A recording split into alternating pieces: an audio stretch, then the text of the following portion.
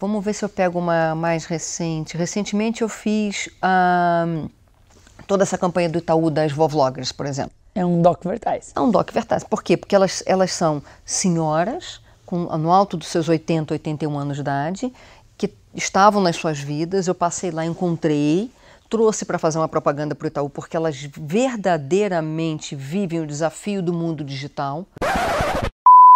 Estamos aqui com mais um episódio dessa nossa série sobre desconstrução. O que é ser publicitário hoje em dia? Será que tem algo absoluto?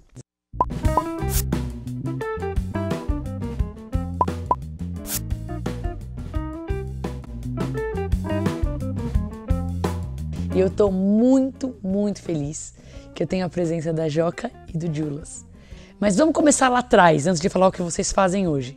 Joca, como começou a ideia de querer trabalhar com publicidade? Quando você era menor, você já tinha isso? Tinha alguma coisa que chamava atenção? Você via propaganda e gostava ou não tinha nada a ver com isso?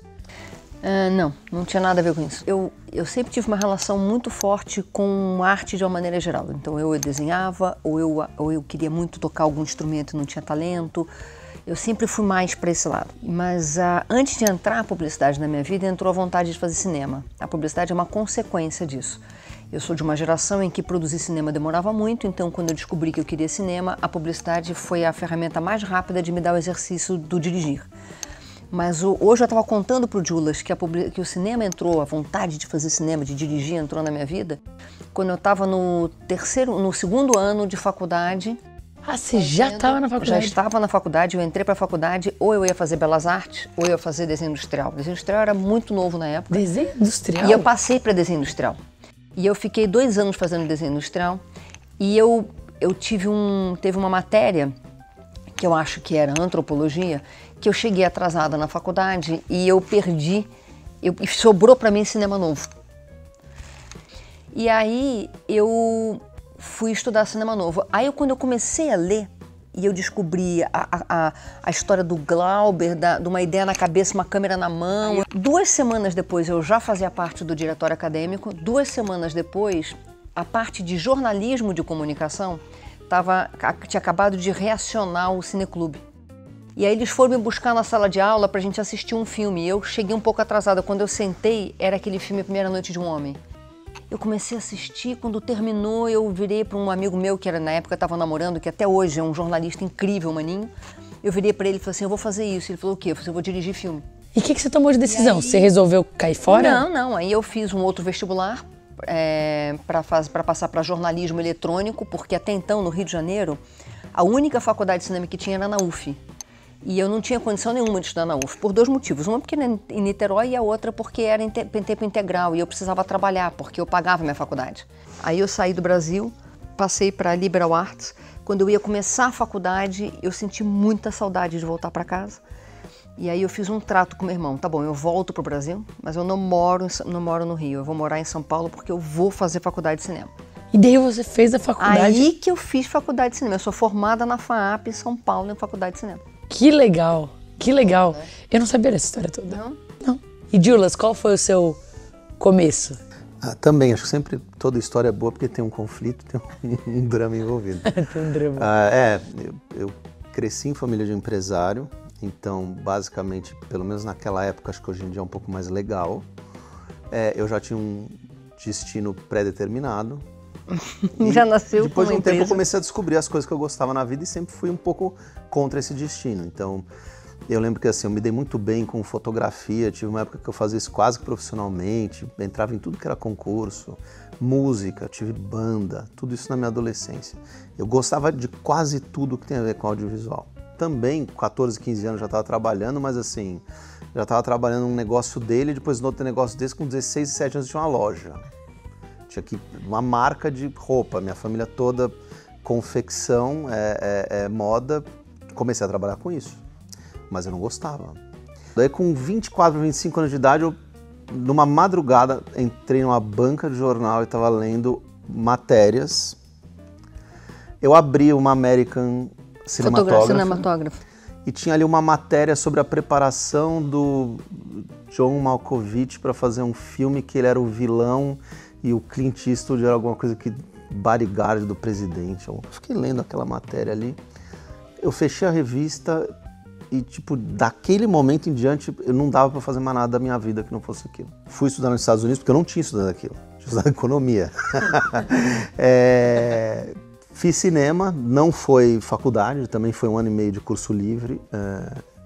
E voltei para cá já para trabalhar, numa época que era super complicada. Então eu lembro que assim, eu bati muita cabeça até que eu consegui arrumar um espaço meu mesmo, continuei empreendendo e eu abri uma pequena boutique de motion design, gráficos, em efeitos de... Ele é muito bom em... Muito bom. Animação. Não, eu me virei aí, eu não sou necessariamente muito bom não, mas foi a brecha que eu achei para começar a conhecer diretores e gente do mercado. Tem uma coisa que aconteceu comigo que é muito importante, que é assim, né? São Paulo sempre foi a indústria da publicidade e o Rio era a indústria do longa-metragem. E aí eu me ofereci, aí eu ia começar a dirigir, eu me ofereci na produtora de um cara que era diretor de ator. Eu falei assim, eu quero dirigir aqui. Ele perguntou por quê? Porque você é diretor de ator? Eu gosto de dirigir gente, eu adoro gente, eu quero contar a história a partir das pessoas. E passei 6 anos no estúdio fotográfico de um publicitário. Eu tenho medo que eles me olhem como uma diretora de objetos, sei lá, que objetos, como é que eu diria isso? Estética. Sim. Eu não sou uma diretora estética. Mas foi muito difícil o início por 2 motivos. O primeiro, porque era muito difícil começar quando eu comecei há 20 anos atrás, porque as oportunidades elas vinham grandiosas demais e tinha muita gente antes de mim. E não existiam os formatos menores, era tudo com película ainda. Muito interessante isso. E era muito difícil eu expressar o meu olhar e a minha maneira de ver, porque eu não tinha acesso ao material, eu não tinha acesso aos formatos, eu tinha que esperar ter um filme para ter acesso à câmera, ter um filme para ter acesso à produção. Não se põe a mão na câmera. Não se colocava. Então, existia a câmera VHS, existia a câmera VHS de péssima qualidade e existia a câmera... Então, o exercício para contar a história e dar linguagem para a gente nessa época era mais difícil. E quando eu comecei a dirigir, também foi difícil porque eu sou mulher. Então eu me lembro claramente que há 20 anos atrás, eu posso estar errada porque a conta quem fez fui eu, mas nós éramos umas 26 diretoras no mercado inteiro com mais ou menos uns 400 homens. Se por um lado é mais fácil começar hoje, porque você tem várias ferramentas e é muito mais fácil, porque você pode exercitar e você pode contar a história de várias formas diferentes. Mais democrático, eu diria. É mais democrático. Por outro lado, é mais difícil. Sabe por quê? Porque, na verdade, exige deles 2 coisas fundamentais. Uma é entrar em contato com eles próprios e dizer para eles mesmos o que eles gostariam de falar, e nem sempre eles sabem. E a segunda, uma disciplina do realizar. Então, são 2 coisas que nós, de certa forma, na nossa geração, nós fomos criados para isso. Eu fui criada para realizar, eu fui criada para sonhar e fazer acontecer. É uma geração, eu estou falando que nós somos uma geração pós-repressão. Abriu. Foi voltando Gabeira com a sua sunga de crochê, Caetano cantando suas músicas com seu cabelão, Chico chegando cheio de repertório novo e eu começando a ler correndo todos os livros que não me foram dados. E dizendo assim, temos que transformar esse mundo. Me faz bem, me aquece o coração ouvir isso. Eu preciso ouvir mais, até eu preciso. É incrível, a nossa geração muitas vezes, eu não estou generalizando, mas não percebe o quanto tem valor em entender essas passagens e transformações que nem sempre a gente viveu. É muito bacana. Mas que vão viver de outra maneira na sua vida. A gente vive de uma outra maneira, mas talvez a gente só perceba depois. Muito legal. E daí, na prática, o que rolou nesses anos todos pós-cinema? Foram campanhas publicitárias? Foi também aprender a editar? O que foi o trabalho? Eu imagino que tem muita coisa. Então, como eu te comentei, não consegui achar brecha no mercado, eu inventei uma brecha para mim. Então eu fui trabalhar com algo que eu chegava perto de gostar, mas não era exatamente aquilo que eu queria. E eu montei esse birô e fui conhecendo o mercado por aí. Então o dia que eu consegui uma oportunidade para dirigir um negócio, porque era um trabalho que tinha muita pós-produção e alguma coisa de direção ao vivo, eu nunca tinha sido assistente. Eu nunca tinha pisado num set de verdade direito.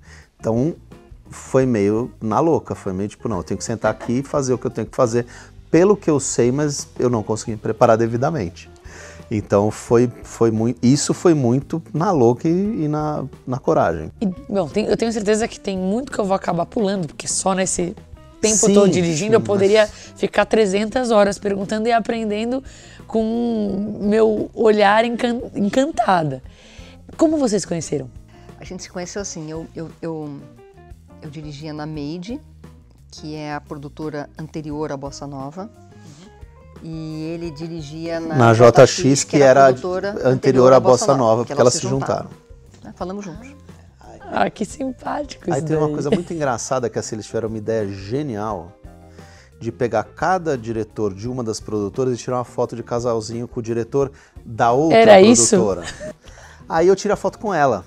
Não, e a melhor parte é, ela, pelos motivos dela, tinha feito algum acordo e a gente tirou a foto, 2 dias depois ela saiu da produtora. Não, porque foi assim, eu tinha Gente, acabado... muito bom, sério. A Bossa Nova surge em 2005. Em junho de 2005, eles foram para Cannes anunciar a Bossa Nova. E eu fiquei viúva em abril de 2005. E aí eu fiz o primeiro filme, entreguei o filme e saí, mudei de produtora. Fiquei 1 ano e 2 meses numa outra produtora e aí eu voltei. Aí quando eu voltei, a gente se reencontrou. E a química entre nós dois, ela surge, muito mais do que essa história engraçada, ela surge muito pela nossa inquietude. Nós temos uma inquietude muito parecida e nós somos muito complementares. Eu acho muito lindo, na verdade, o lance de, mesmo estando no ápice do que é possível em muitos momentos, vocês não se acomodam. Não.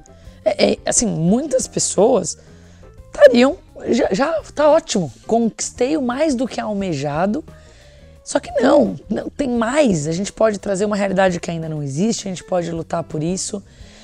Antes de explorar um pouco disso, eu queria só perguntar, naquela época, 2005, deve ter sido um baque absurdo ficar viúva. Ninguém nunca tá preparado para isso, né? Nunca. Você sabe, Bel, que não, a gente não tá, mas se eu pudesse resumir, eu diria o seguinte, que eu ganhei um grande presente. Na verdade, eu ganhei 2 grandes presentes. O Richard foi meu primeiro marido, foi um marido muito, muito importante para mim. Eu tenho absoluta certeza que ele me entregou muito do que é a estética, do que é o equilíbrio da imagem, do que é a composição de uma luz pode trazer para uma forma, e eu entreguei para ele muito o que a alma faz quando ela se movimenta dentro de um corpo. E ganhei um presente de que, ao perdê-lo, eu sofri muito, mas eu ganhei um presente que foi...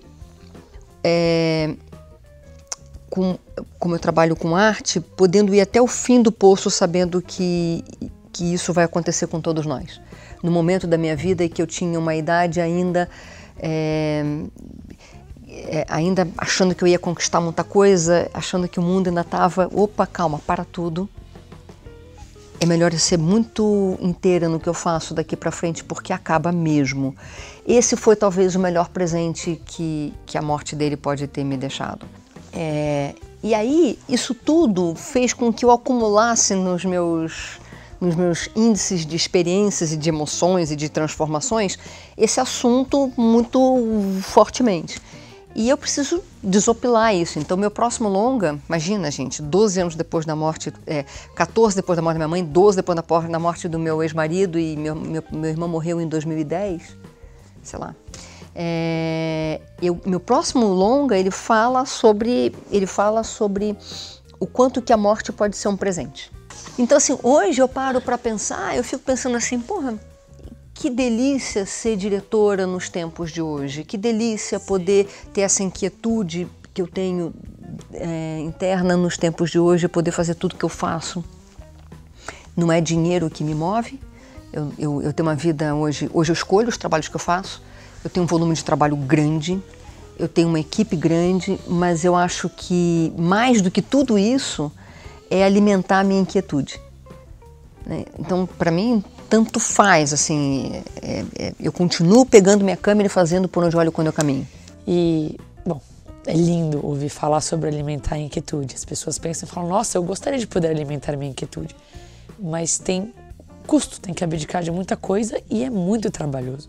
Eu acho que talvez, mesmo pulando alguns episódios, a gente pode entrar um pouquinho no Através. E já deixo um agradecimento pessoal por ter compartilhado a história que você compartilhou agora. Imagina. E nesses últimos anos, uma das inquietudes, que tem várias, é o Através. Eu, quando ouvi falar sobre esse projeto pela primeira vez, eu pirei. Eu estava visitando a Bossa Nova, tenho muito carinho por aquela produtora, eles são fantásticos. E me falaram, você tem que conhecer, tá rolando um projeto bacana, um Através, vai lá dar oi pra Joca. Não conhecia a Joca. Foi questão de 2 minutos vendo que era aquilo que eu pirei. Bom, vocês sabem, era pra dar um oi de 2 minutos, acho que eu fiquei umas 2 horas lá. E eu acho aquilo genial. O que é o Através? Da onde veio? Como evoluiu nesses últimos 2 anos? Vou contar rápido do que é o Através, aí ele conta mais do... O Através é assim, eu estava no momento da minha vida profissional em que eu perguntava assim, puxa, eu tenho um trabalho, eu escolho os trabalhos que eu faço, eu tenho uma demanda grande, eu gosto muito do que eu faço porque dentro da publicidade eu tenho um nicho muito próprio e eu me divirto muito com esse nicho, eu não tenho o menor problema em fazer publicidade porque eu aprendo muito, eu conheço muita gente nova, é muito legal. Mas estava rolando uma inquietude interna que assim, putz, mas está faltando alguma coisa, o que é? É o lugar onde eu estou, é a produtora onde eu estou, é o que eu estou fazendo? Aí eu vi o Através. Na minha vida é muito assim, antes é muito menos material tudo, assim, eu vi o Através. Eu falei, nossa, eu vou fazer um negócio desse. Aí ele não estava trabalhando comigo, mas a gente sempre esteve muito perto. Nesse ano nós não estávamos juntos. Eu liguei para ele e falei, Julas, vamos almoçar. E o Julas é artista plástico. Quando a gente foi almoçar, eu falei assim, escuta, por que você não desenha tanto quanto você gostaria? Aí chegou uma hora que ele falou assim, acho que falta espaço na minha vida, falta espaço para fazer. E aí eu contei para ele o que eu queria fazer com o Através. Eu falei, olha, eu quero montar não era Através, o nome era Inquietude.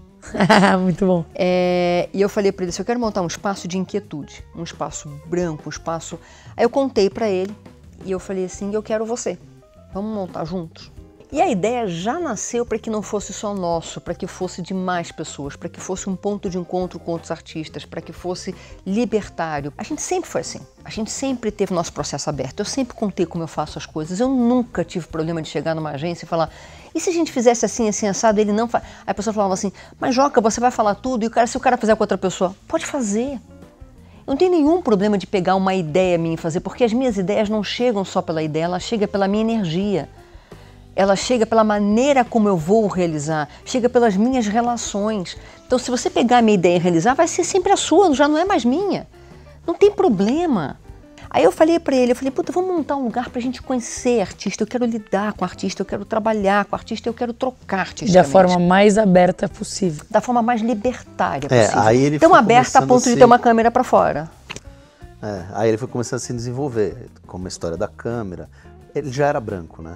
Já era branco. Então ele já era branco, já era um espaço branco, já tinha processo criativo, já era para registro disso, já era para ser libertário, já era para a gente pensar em temas que nos interessavam. Aí que veio a câmera ao vivo. A câmera, a ideia das ondas. Aí ele foi começando a se desenhar como ele é hoje em dia. Mas Aí quando eu voltei para a Bossa Nova, eu falei para a Bossa que eu queria voltar, que estava tudo certo, a gente já tinha fechado o esquema todo, porque ele já tinha me convidado, a gente já tinha conversado. Eu já tinha procurado eles. E aí, quando eu voltei, eu falei, eu quero montar esse projeto. Vamos colocar na prática o que é o Através para a galera entender. Acho que o primeiro movimento e as ondas explica bem. É sempre um bom exercício explicar o Através, né? Não é lá tão simples. A gente tem um espaço e uma plataforma. E esses dois juntos servem para registrar e para trocar processo criativo. Então, a gente tem artistas ali, a gente quer ver os processos desses artistas e a gente quer fazer 2 coisas, principalmente, depois várias outras. Colocar ao vivo para que as pessoas possam presenciar no momento em que eles quiserem esse processo, inclusive integralmente, se eles quiserem, e depois a gente traz no nosso olhar através de peças que a gente faz de um jeito que é mais fácil de degustar, de um jeito mais interessante, mais curto de assistir, onde conta o principal, mais interessante de cada um desses processos. Tem uma coisa importante de falar, que assim, o Através, a gente trabalha com temas. que a gente chama de ondas. Esses temas são completamente desejos meus e dele. A gente se encontra e fala assim, sobre o que a gente quer falar? Então, o próximo tema a gente descobriu ontem no corredor da Através. Estava com muita vontade, fui falar com ela, ela também estava... Ele chegou para mim e falou assim, estou com muita vontade de fazer muita arte. Eu falei, eu também.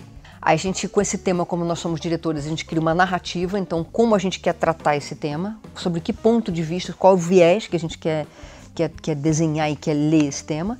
Aí é que entra a participação dos artistas. Aí a gente pensa, bom, então para esse tema nós queremos, vou dar o exemplo da nuvem, que eu acho que é o melhor exemplo que a gente sempre dá. Nós queríamos falar muito, uma coisa que inquieta muito a mim e ao Juliano, sempre inquietou muito, que assim, eu tenho uma fascinação por nuvem. Eu acho nuvem fantástico. Uma coisa que você fura e vai para frente, assim, quando chega lá é azul em cima e bolinha embaixo. Por outro lado, todo esse meu sentimento com a nuvem se quebrou muito depois que a gente entendeu que tudo que a gente faz hoje em dia, eles usam que está na nuvem os nossos dados e para onde eles vão. Então nós fizemos a nuvem metáfora para discutir isso. Aí nós desenhamos da seguinte maneira, começa com um movimento artístico acima da nuvem, leve, que flutue. Depois a gente gostaria muito de aterrissar isso com uma reflexão. Aí nós queríamos transitar para o digital através de uma instalação. A gente fala exatamente assim. Depois a gente gostaria profundamente de trazer alguém que pensasse a nuvem pelo ponto de vista de quem está na Terra. Pode ser um arquiteto, pode ser alguma coisa assim, olhando para cima. E a gente quer passar depois no final pelo raciocínio digital, que seria a tecnologia e a educação. Queremos terminar com isso. Mas o Através em si, do que vocês têm que abdicar e quão difícil é? Porque quem vê algo dessa maneira fala, nossa, que lindo que eles agora podem fazer essas coisas. E continua sendo difícil, continua sendo uma batalha. Claro, é uma loucura.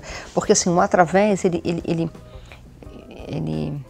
é muito importante para nós, mas ele ainda não se financia. Ele é um investimento. Ele é um investimento que a gente está fazendo. E é um sonho ainda, eu abro mão de muita coisa. Eu abro mão de levar dinheiro para casa, eu abro mão de fazer alguns projetos pessoais no audiovisual, eu abro mão de fazer algumas viagens. A gente acredita muito, eu acredito muito no Através. Agora, é isso que eu ia falar, eu acho que tem muito amor, muita alma, mas não é pura poesia. A gente não faz isso, aquela coisa, fazer pela arte para todo sempre. A gente, de fato, acredita que é uma questão de tempo até a gente conseguir ele fazer andar com as próprias pernas. E quais são, já mencionou alguns desafios de hoje, né? Tanto com o Através quanto no mundo publicitário de hoje. O que vocês veem como grandes desafios? Na publicidade hoje, eu acho que o grande desafio é a gente entender para onde ela está indo, para onde está indo a publicidade. E como a gente se comporta dentro dessa publicidade com tantos movimentos inovadores. Então, acho que agora o grande desafio é como olhar para as oportunidades publicitárias, que estou falando agora bem particular de mim mesma, como olhar para essas oportunidades de forma sempre sem jogar a toalha, sem questionar quanto tem, mas o que eu posso fazer de melhor, como eu conto melhor essa história, aonde está o meu personagem, onde que eu encontro ele, porque está cada vez mais difícil, porque os prazos estão muito apertados, o dinheiro está cada vez menor.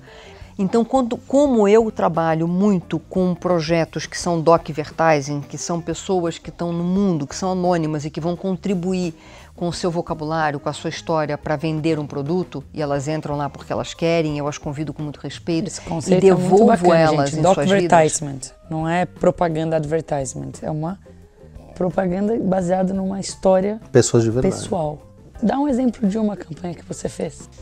Puxa, tem tantas. É que eu gosto de várias, mas qual que você pensaria? Vamos ver se eu pego uma mais recente. Recentemente eu fiz toda essa campanha do Itaú das vovloggers, por exemplo. É um doc-vertising. É um doc-vertising. Por quê? Porque elas são senhoras no alto dos seus 80, 81 anos de idade, que estavam nas suas vidas. Eu passei lá, encontrei, trouxe para fazer uma propaganda para o Itaú, porque elas verdadeiramente vivem o desafio do mundo digital. As coloquei dentro de um primeiro comercial com a gente, absolutamente confortável, na casa delas, com as amigas delas, conversando comigo, mas elas recebiam aqueles youtubers, aqueles influenciadores, totalmente natural. Eu deixava elas falarem tudo que elas queriam, como elas bem entendiam, depois eu editava, e em momento nenhum eu feri os valores delas, eu as ofendi, fiz elas passarem por algumas... Eu cuido para que elas estão no limite do que elas verdadeiramente são. Eu amo a visão realista e totalmente baseada em vivências, mas que vocês transformam em ainda mais combustível para fazer.